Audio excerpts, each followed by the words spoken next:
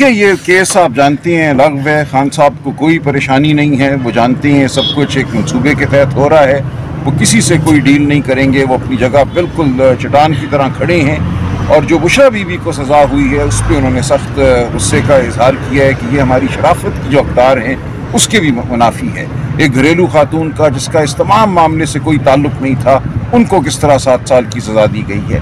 तो ये उन्होंने ज़रूर कहा कि ये एक हमारे पूरे निज़ाम के लिए एक ये अलमिया है कि एक खातून को इस तरह घसीटा जाए अदालत में और जेल में। बाकी इसके अलावा वो बिल्कुल तवाना हैं, अल्लाह पे उनका कामिल ईमान है। हालात इंशाअल्लाह बेहतरी की जानिब बढ़ रहे हैं, अवाम उनके साथ खड़ी है, PTI के साथ खड़ी है, हम सब मजबूत हैं और हम अपनी जद्दोजहद जारी रखेंगे अदालत में भी और सियासत के मैदान में। अच्छा सर, ये बताइएगा कि मुज़ाकरात जो काफ़ी अर्सा से थोड़ा सा तवील होते जा रहे हैं और अभी तक इमरान खान साहब ने क्या कहा है मुज़ाकरात को लेके, कोई बात हुई है या अभी तक इसका जो अगला है? बिल्कुल हुई है, उन्होंने बिल्कुल ये कहा है कि हम कोई कमेटी नहीं खेलेंगे।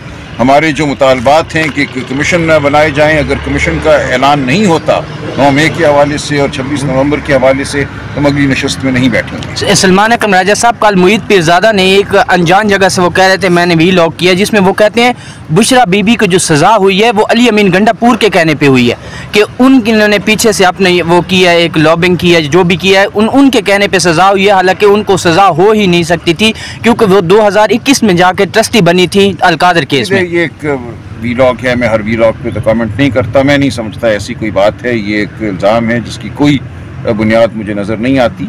अगर किसी ने इल्ज़ाम लगाया है तो उसको सबूत देना है, लेकिन ये ऐसा नहीं है। बिल्कुल मुझे पूरा यकीन है कि वाक़तन ऐसा कुछ नहीं है। ये और मनसूबा साज हैं जिनके मनसूबे हैं। सर, अलकादर ट्रस्ट केस को कब आप हाई कोर्ट में लेके जा रहे हैं? इंशाअल्लाह कल या परसों हमारी अपील दायर हो जाएगी। और सर, अगर अब 2 नए जजेस भी आ गए हैं इस्लामाबाद हाई कोर्ट में, अगर आमिर फ़ारूक साहब जो है उनको एक सीनियर और एक जूनियर बिठा देते हैं, तो क्या आप इस चीज़ से मुत्तफिक होंगे कि वो जो जूनियर नया आया है वो आपका केस सुने अलकादर का, या जो पहले से मौजूद जजेस हैं वो करें? देखिए, ऐसा होता नहीं है कि अनकन्फर्म्ड जूनियर मोस्ट जज को इस अहमियत का केस दिया जाए। मेरा नहीं ख्याल ऐसा होगा, लेकिन अगर होता है तो हम देखेंगे कि हमारा रद्द-ए-अमल क्या है। एहतजाज करेंगे फिर सर? देखिए, हम कोई रद्द-ए-अमल ज़रूर देंगे, लेकिन मुझे उम्मीद है कि ऐसा नहीं होगा। सर, 8 फरवरी के इलेक्शंस हैं, खान साहब ने कहा है आपने ब्लैक डे के तौर पे मनाना है।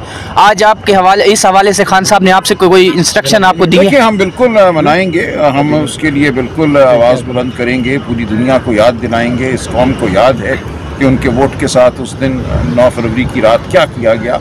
8 फरवरी एक शानदार दिन था हमारी जमहूरियत के लिए। अवाम निकली, बहुत बड़ी तादाद में निकली, बल्ला हमसे छीन लिया गया था, इसके बावजूद हमें 2/3 अक्सरियत दी पाकिस्तान की अवाम ने।